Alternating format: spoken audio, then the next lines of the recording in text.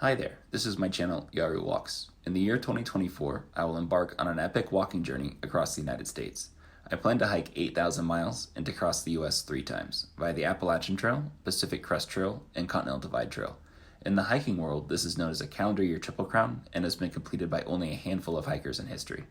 The calendar year Triple Crown has traditionally been completed by jumping within or between the trails throughout the year, primarily to avoid snow, but also to avoid other seasonal hazards such as floods, extreme desert heat, and wildfires.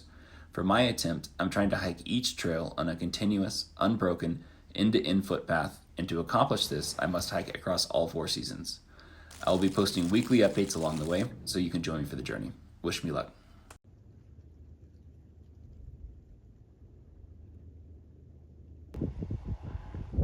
It's where I spent last night. It's a log cabin that used to be a restaurant. The people who run it are absolutely amazing. And then this is the restaurant, and upstairs is the hostel where the train conductor used to work. These are the 2 hostels in town. Yeah, now I'm back on trail. I'm headed towards the Bob Marshall Wilderness, which is the largest wilderness area in, I think, the continental United States. It's something like 190 miles across from north to south, the direction that I'm going. There's only one road that runs through the middle of it. Typically, hikers send a resupply box to a little man camp, for hunters that's off trail a couple miles. But they request that you send the box 2 weeks in advance. And I didn't see that until inside that window. So when I was coming into town last night into East Glacier and I got into cell service, the first thing I wanted to sort out was to see if I could get any kind of a food drop into that place, not by mail. Maybe someone could drop it off in person to that shack. But instead, as soon as I got into cell service, I got a text from Sixes, the calendar year Triple Crowner, who's a day ahead of me right now, just putting me in contact with one of his friends from the Appalachian Trail, who's going to be camping in the Bob Marshall and running a food drop for him to the Benchmark Wilderness area, which is where that man camp is on that road. And he said that she'd be happy to do it for me too. So he solved that problem for me immediately. So tremendous shout out and thanks to Sixes and to his hiking partner Smiles, who have helped me with my last food drop and this upcoming one. Super appreciative to them for that. And then otherwise, I'm on my way into the Bob Marshall. It's going to be the route I'm taking, 175 miles across. It is the most remote spot, I think, in terms of how far you are from a road in the continental United States. So, in my opinion, it's a good idea to move quickly through it. Another set of facts about it, it's hunting season. So apparently there might be more traffic than normal in there due to hunters. I'll have to keep my eyes out for that. It also has the highest density of grizzly bears anywhere in the United States. So I'll have to keep my eyes peeled for grizzly bears as well. Luckily, I think when you add hunters into the mix, I think the grizzly bears will be a little shyer around humans than they were in the national park back there. At least that's my theory. And trying to think of anything else. Oh, I met 2 hikers at the hostel last night, Jeff and Bastona. And kind of part of my planning for the CDT, which is a trail that really is probably the most planning intensive, I've been leaning upon these hikers who are finishing. And I've just been running through a laundry list of questions like, where was your longest water carry? What was the hardest stretch of trail? What was your longest food carry? I'm trying to think, just all sorts of questions, what kind of, which mapping service do you use to, figure your way through the trail? Were there sections where the trail disappeared? How long were those sections? How hard was it to navigate? Just all sorts of questions and rumors and things I've heard along the way about all sorts of problems on the CDT. There's no better resource than a hiker who just finished it that year. So they've been answering all my questions and really helping me, just dial in on where I can send food drops ahead, where to prepare for longer water stretches, so on and so forth. So shout out to Bistona and Jeff, along with the other hikers I met on trail so far. Other than that, I guess I'll make my way in. Goal is to go somewhere between 25 and 30 miles today. I'm just now starting back on trail, an hour ago as of 11 a.m. this morning. So I'll have to, I guess we'll just see how far I can make it, because it's a longer carry today. I mean, I think it's 120 miles to where that food drop will be. So my backpack is heavier than normal. I typically do 75 to 100 mile food carries. My longest food carry so far was 200 miles, more or less across the whole Sierra from Kennedy Meadows south up to Mammoth Lakes on the PCT. The benefit of that was that I was able to skip hiking a day off trail to Bishop and then a day back, and potentially a near zero day in town while I resupply, which would have been 3 days lost, 2.5 days lost. So I totally know what a 190 mile food carry would have been like, because I've already done a 200 miler, and that was, man, just the heaviness of that pack really characterized a lot of my memory of the Sierra for those first 100 miles or so. So I'm really glad to be avoiding that this time on the Bob Marshall stretch,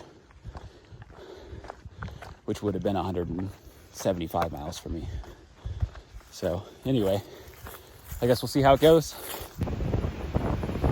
Well, part of today has been that it's crazy windy again, but I'll say luckily I'm lower down than I was the other day when I was going over the passes, I guess the last couple of days, but especially that one day. But I came out in a clearing of trees up here at one point today, and just a full gale force headwind right into me, and it pushed me back like it was on those ridges. I never quite got a shot of what was happening up on those passes as I was trying to go over. I say those passes, it was that one in particular. I'd have to look the name up, I forget. And maybe it was Triple Divide Pass. I think it actually was that famous pass, the three-way Continental Divide. But it would push so hard that it would lift me up. Like, I'm taking a step forward, and I would the motion would stop, and then I would get shoved backwards. And as you lose your balance, you just kind of pop, maybe a micro inch, half an inch off the ground. It was weird. It was like levitating, and it kept happening over and over. Again, it would only last for 1/10 of a second, and it would only occur about every 2 to 5 minutes or something. But it was a wild experience. And so anyway, today the winds are every bit as strong. I'm just lower down, where I have trees blocking the wind from me, thankfully. And I'm realizing wow, these trees that stand here have evolved over time to be able to withstand these kinds of winds. I can't imagine the amount of pressure that's being exerted on that tree with that amount of surface area, and the tree is still able to stand tall. But then you will see occasionally trees that get snapped over like twigs. And that's because these winds get that crazy out here. And so earlier today, I was walking and I heard what sounded like a dead tree shifting, but it sounded like someone, bigger than any human being you've ever met in your life, took a baseball bat and just slammed it right into a tree trunk. I mean, it was scary loud. And I feel like something else happened. I don't really remember, but there was something else with the wind that happened today that was just super alarming when it did happen. But wow, there are times where you walk through an area and it's just covered in blowdowns. And so for me on this through hike, of the county or Triple Crown, that was Maine. I mean, and Maine has some of the biggest trees in the United States. I mean, the only place that compares would be like around Crater Lake, Oregon. There were massive trees. In places in Washington, you know, there were massive trees, and then places in California. But Maine has trees that not only are they big, but the wood that they are made of is so heavy, dense. And anyway, there was a kind of historical flood that hit Maine, like, let's see, mid-December, late December 2023. And so this calendar year Triple Crown is occurring, 2024. So I was at that time like the first hiker pushing through that section in Maine. Actually, at that time, I think maybe Finisher was ahead of me in the exact spot that I'm thinking of. But anyway, like more or less, I'm coming upon all these blowdowns, and no one else has hiked that section. There's no intel on the hiking apps to let people know, like, holy cow, it's like a tree massacre. I mean, it was unfathomable, almost unnavigable, how densely knocked down those trees were. It was, I don't even know how to begin to describe it. Just imagine trees upon trees upon trees for hundreds and hundreds of meters on trail where, there's still water flooded in that area, and you're like walking over, just like logs with nails in them and all sorts of stuff. I mean, it was just, but after going through the White Mountains where you almost numb yourself off to the intensity and the pain, there's just a new gear, and it's not related to your legs, it's related to your mind, where you're able to power through discomfort.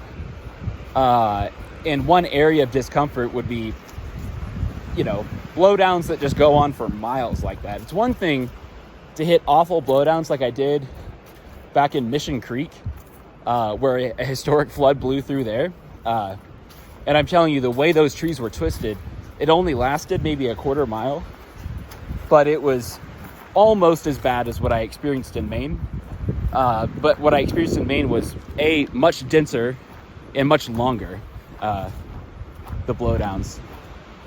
And I'm going through an area now where the winds are so fierce, and you get the sense that the winds just kind of blow this way. I was talking to, am I going off on a tangent? I am, but I'll come back. I was talking to the hostel caretaker last night. He gave me a ride into town to the convenience store, and I asked him, like, how much snow do you get out here? And he's like, well, it varies, and, like everywhere with global warming and whatnot, it's been less. But he was saying, like, something like 15 to 30 to like 40 feet or something. And like way north Montana, up in East Glacier, they get crazy snowfall. And I was like, I can't even imagine. Like, so the whole town's just covered in snow? And he says, well, no. Like, it snows. And then I cut him off. I'm like, oh, and then it melts. And he says, no, it doesn't really melt. It just blows around. I was like, what do you mean it blows around? He's like, well, it snows, and then we have these crazy winds up here, so the snow just gets pushed around to where it's blown off the road. And I'm like, so like it just banks up in random places? He's like, yeah, exactly. He's like, I'll show you. And he's like, we're driving down the road, and then he points off to the right, and he's like, yeah, so like right there in that field among those trees, it'll pile super high. I was like, how high? He's like, I don't know, like 40 feet, 50 feet. And I was like, wow. I mean, just the random things you learn as you hike these trails. But the point is, the wind blows not just randomly today, but I think the wind blows a lot up here in Montana.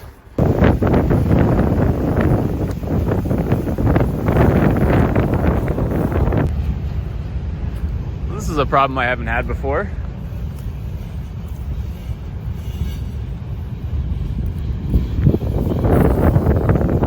God, I hope that one on the next line doesn't stop.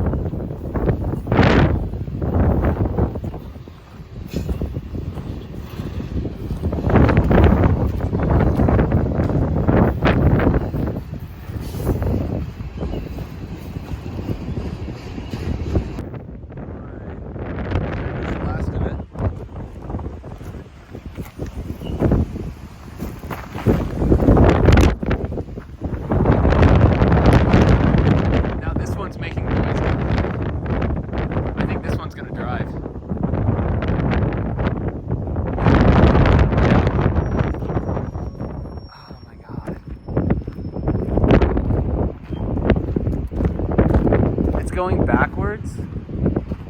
Are you kidding me?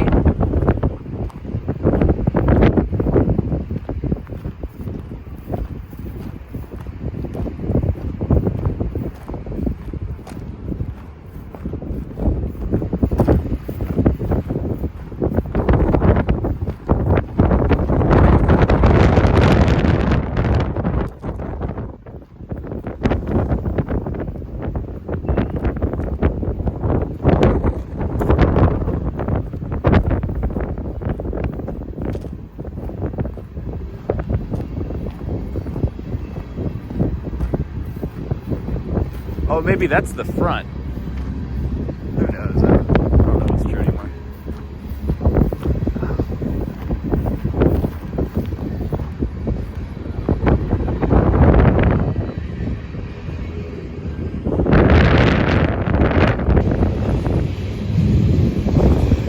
Quite literally the most inconvenient train interaction I've ever had.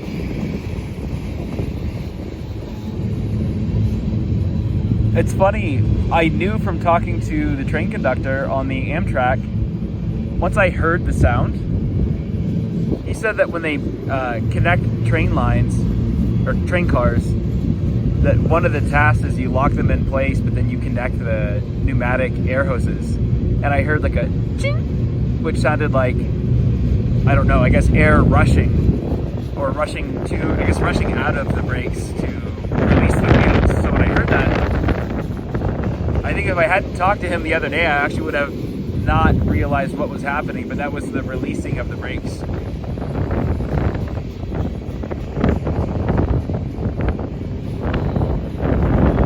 Which is great that I did not climb onto the train and waited a minute, because that thing started moving like 30 seconds after that other train car passed.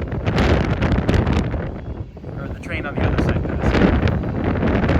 So I could have almost accidentally been sent down the line to who knows where. That's actually so that's good neighbors. Alrighty. Doing it the more legal way. Random things you see in a train yard. A piece of glass that's been shot by bullets. 1, 2, 3, 4, 5, 6, 7, 8, 9 times. I was looking at the ground and a tumbleweed just like boom, boom, boom.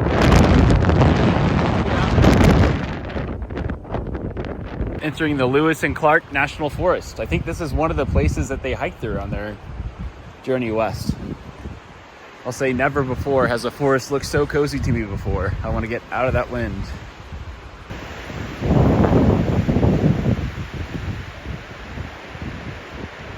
So if a car drives by, you're going to see that the dust in the air is clearly going way faster than the cars.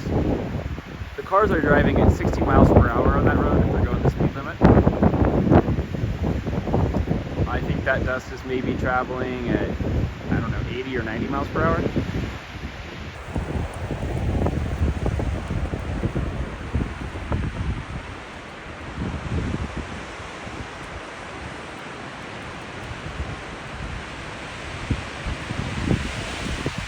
But 2 days ago when I was going over the summit on Triple Divide Pass, the winds were blowing even harder than that. All right, I'm now walking down what's known as the Kitchen Alternate. CDT route is in the forest over there. It takes like a 9-mile route ahead. And then this route maybe cuts off 3 or so miles and takes a more direct approach. Over in the forest, there are just apparently a lot of blowdowns. So this is also going to save me time by not moving through the tree blowdown area.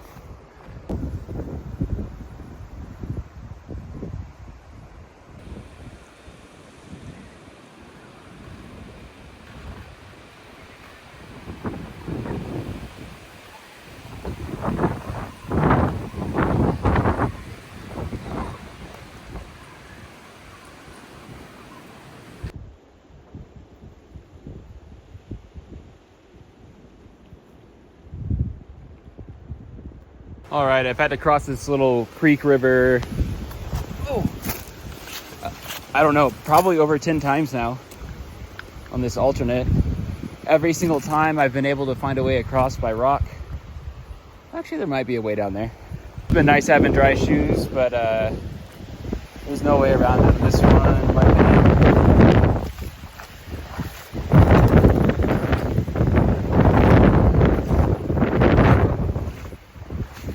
Ooh. It is what it is. It's kind of funny. I'm out walking in the Bob Marshall at night. I guess Sixes is like maybe 30 miles ahead of me. He's probably the closest person to me right now. And it's the highest grizzly bear infested area in the continental United States. And I'm walking through a sketchy forest right now in it. Quite literally, I would like to avoid walking at night because of the grizzly bear density. So if I can make it to, there's like a ranger shack ahead apparently, and like 4 or 5 more miles or something. If I can make it to that, I think I'll get a much better night's sleep because I can put my sleeping bag up against the wall, whichever wall is blocked by the wind. So it's worth pushing to get to it, considering that I started today's hike at like 11:15 in the morning. This is me rejoining with the true red line. You can't tell, the winds are back in full force. Looking for a ranger shack. Hey, hey.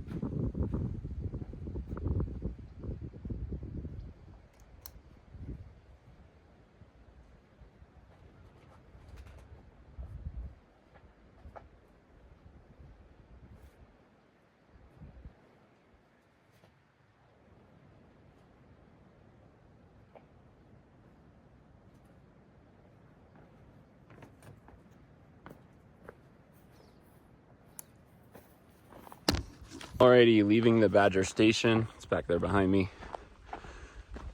I slept on the porch last night, and the stars are getting so dark. Like, the sky is so dark that the stars are just becoming magnificent. More grizzly bear footprints. That's an even better bear track. Look at that. Maybe my foot for comparison.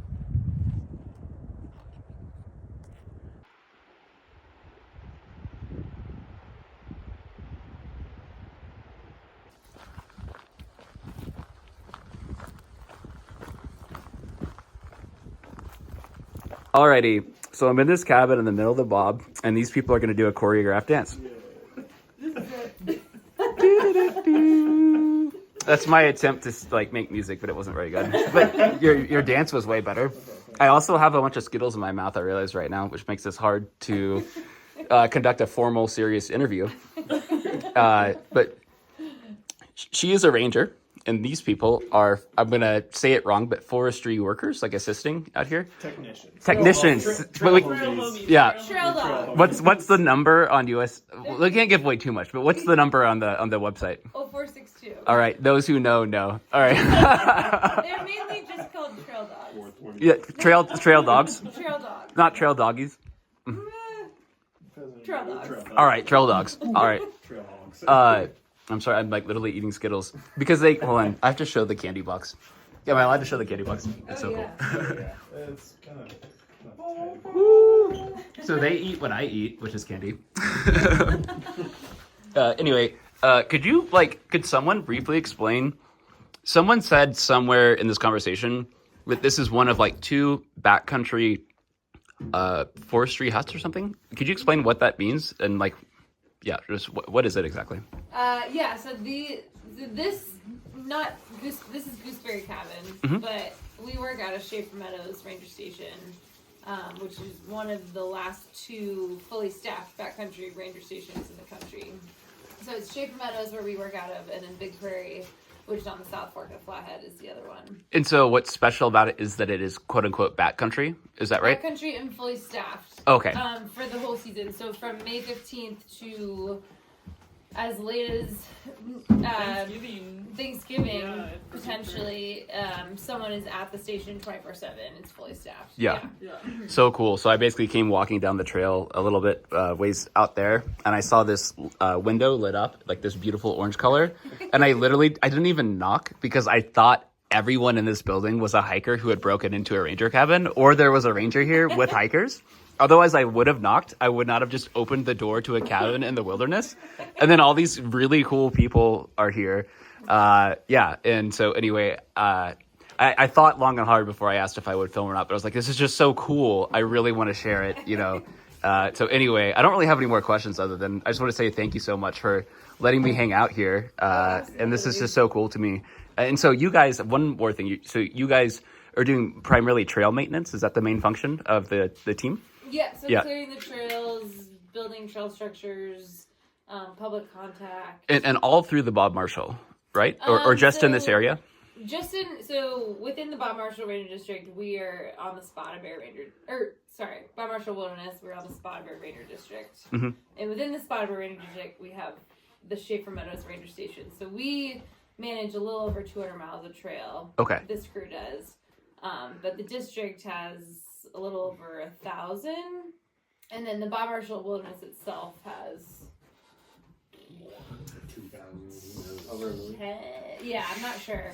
Do you guys have a lot of grizzly bear interactions? I asked because I read or I heard that it's like the highest grizzly bear density in the continental U.S. is like this, exactly the Bob Marshall. Is that true? I don't know if that's true. It very well could be. But it is a lot of grizzlies out here. There is a good amount of grizzlies. Yeah. I worked here 4 seasons. I've never seen one. Okay, all right. I've seen them up high mostly. Okay. Yeah, I've never seen one like low. Have you seen a lot of bears here, generally speaking, like black bears and other bears? Okay. Yeah. This guy just walks pretty loud. I don't see bears. I just haven't seen a goddamn bear. Yeah. We've been seeing a lot of moose, really. Okay. Yesterday, there's a bull moose that walked right in the front yard here. Yeah. So my theory is that like the Bob is so big and so vast that they know where we are, and they're like, we don't need to go over there. Okay. You know, like they have so much land to roam. So do you guys hike at night very often? Not No. really. Okay, I was looking for reasons to justify me still hiking at night, even though there are a lot of bears here. But I feel like I still feel like would definitely be more cautious. it's a bad idea. Okay. Yeah, that or cats. Yeah. Yeah, That the mountain would lions really- are really. Yeah, Yeah. the mountain lions I feel like is what I'd be more worried about. Yeah. The mountain lions, yeah, for sure. They're definitely scarier and silenter. So what?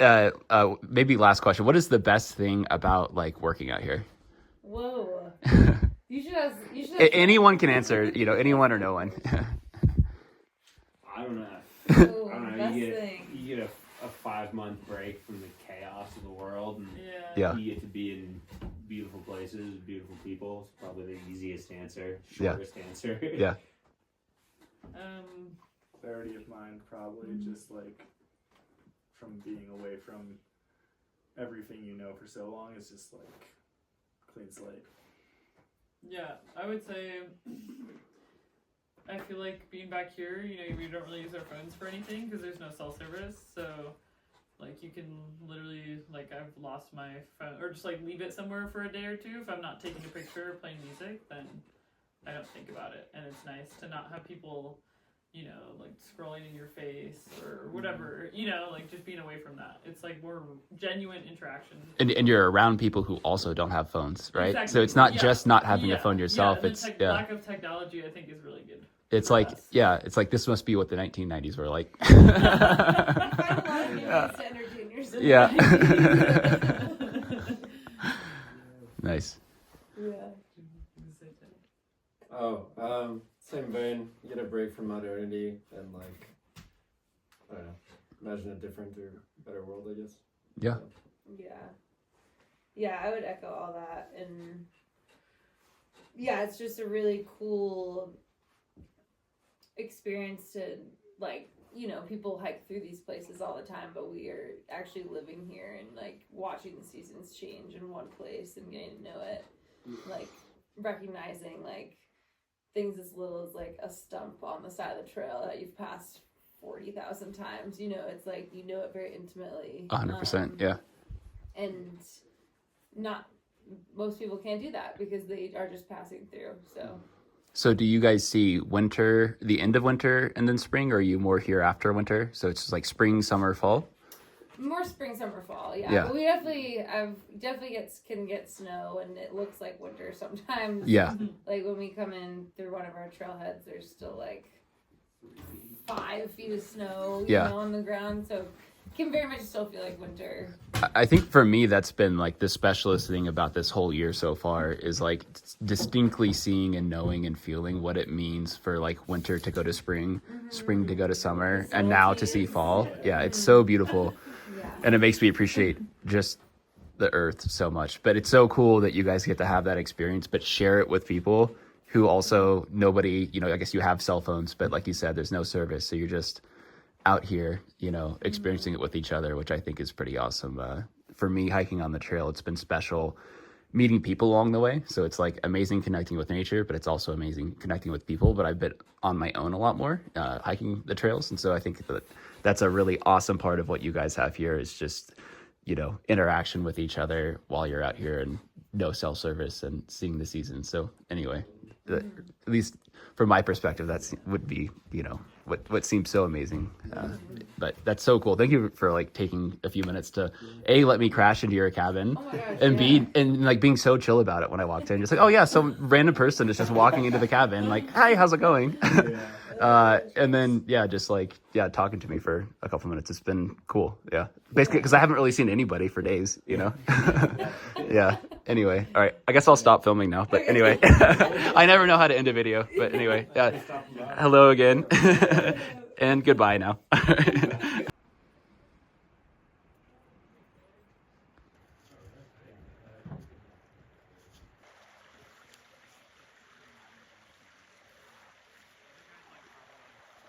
anyone know whose coffee mugs are these over here? One of them would be mine. One of them is mine.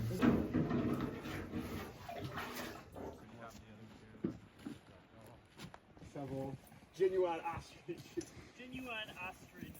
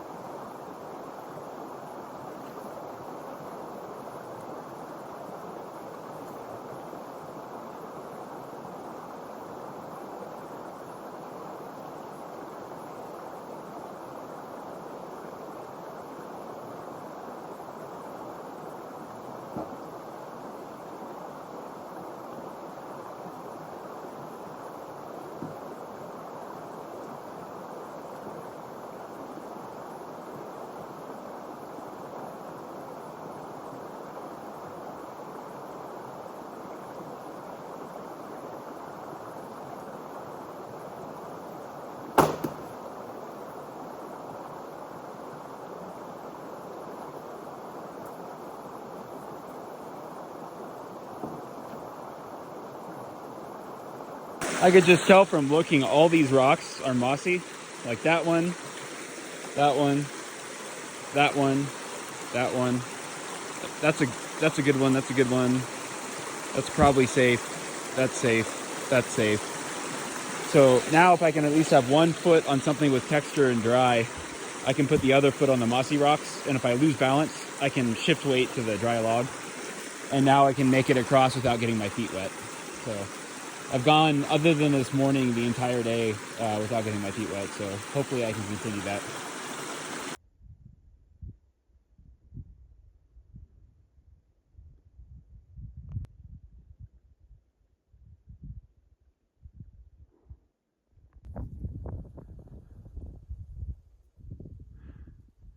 So what we're looking at here is the Chinese wall, which I think is kind of the most famous site or geological feature in the Bob Marshall. Thankfully the CDT runs right up and past it, so I get a good view. I think up here to the right, I'll hang a left. The CDT hangs a left and maybe goes along the top of that or somewhere along the bottom of it.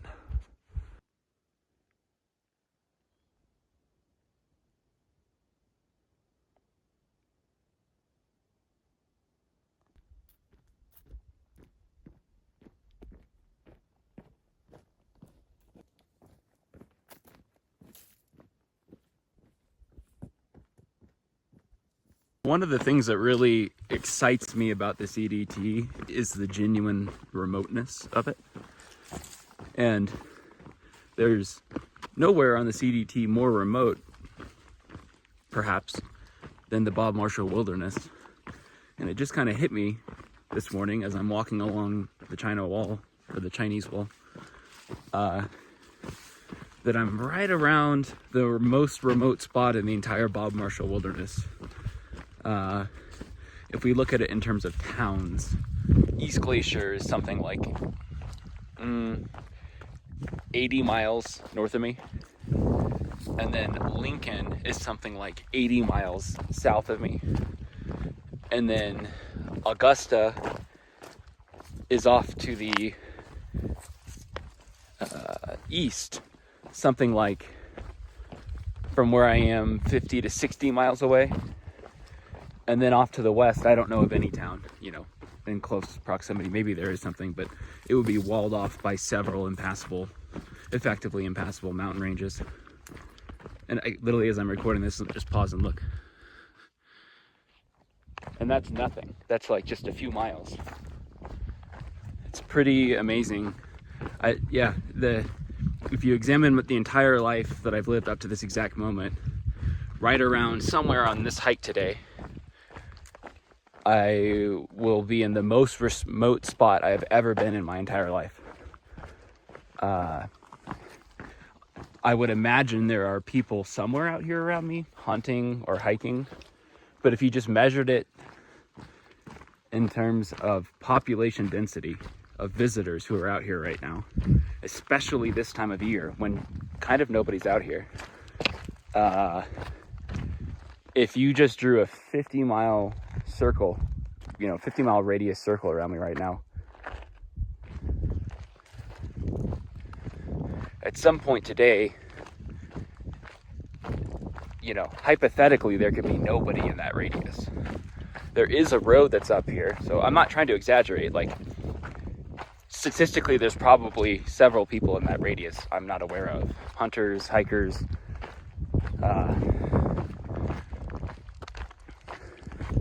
but like on a given day, if you got kind of lucky, like on a Wednesday when it's rainy, you could literally have nobody in a 50-mile radius around you in any direction. It's like there are more trees knocked down here than there are living trees standing.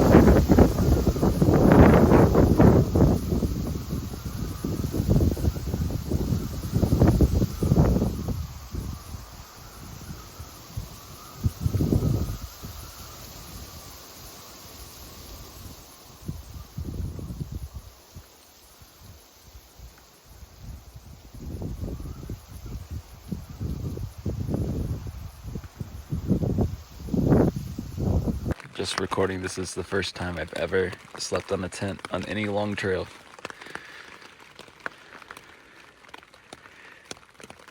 And I think maybe like the fourth time I've ever slept in a tent in my life.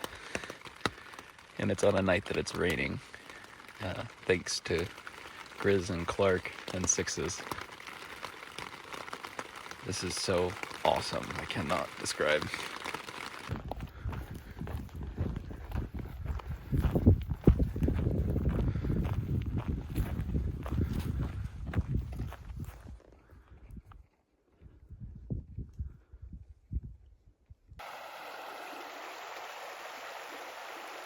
This is the Jesus Walk.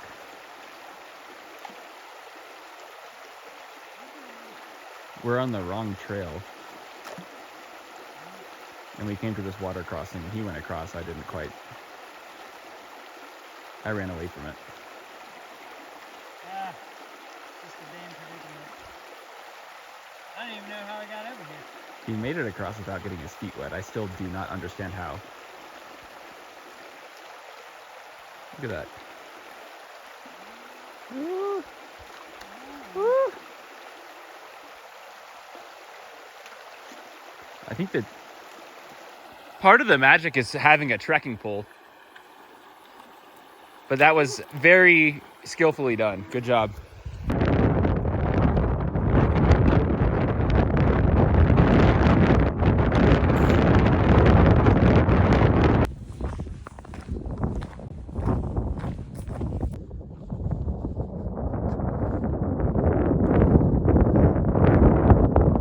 Alrighty, working my way into Lincoln today. I'm hiking with Sixes still, the calendar year Triple Crowner.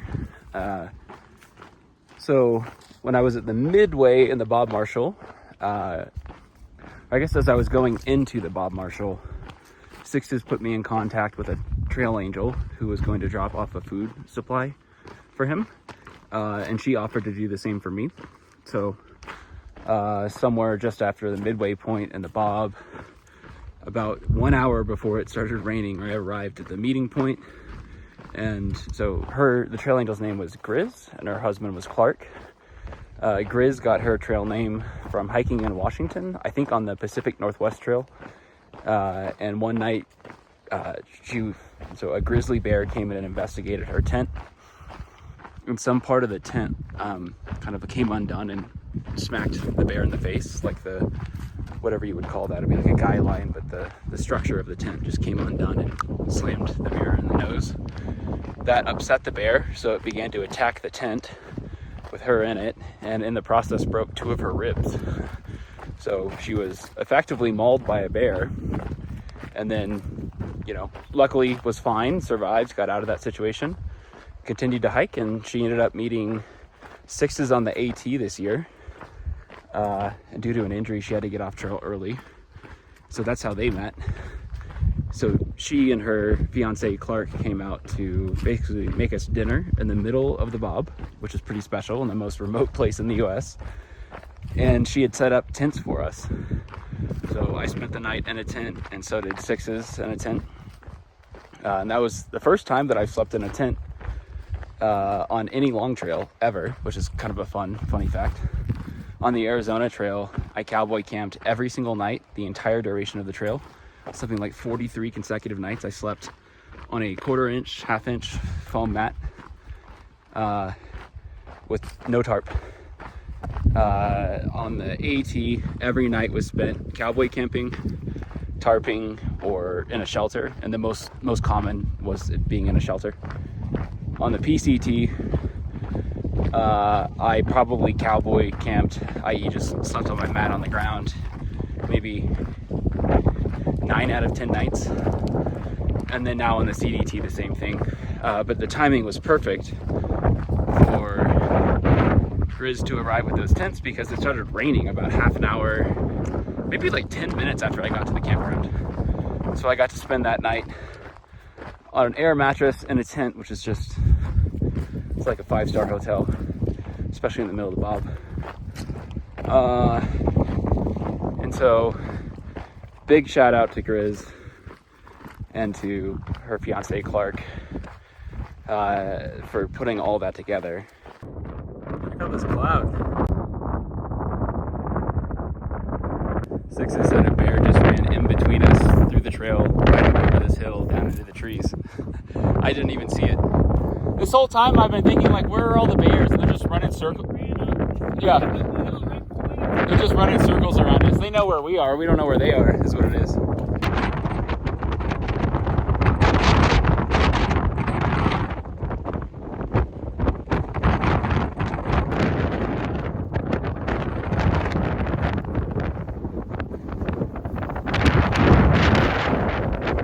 If you want to buy a shed in Cadott Pass, Montana, that one is for sale. That's the phone number. So just make sure to call them. You can have that shed. You want to buy that shed? Yeah. Checking out this public yurt. I wonder if it's locked. It's open.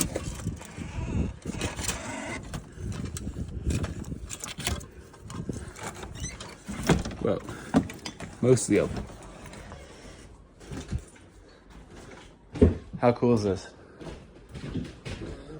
Kind of smells like gasoline. Sauce.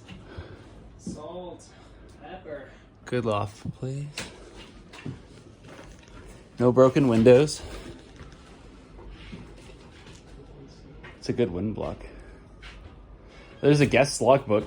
Looks like we should probably sign this. This might be the best view of today. This is the end of the hike across the Bob Marshall Wilderness and Goat Wilderness. Something like 170 miles closed out.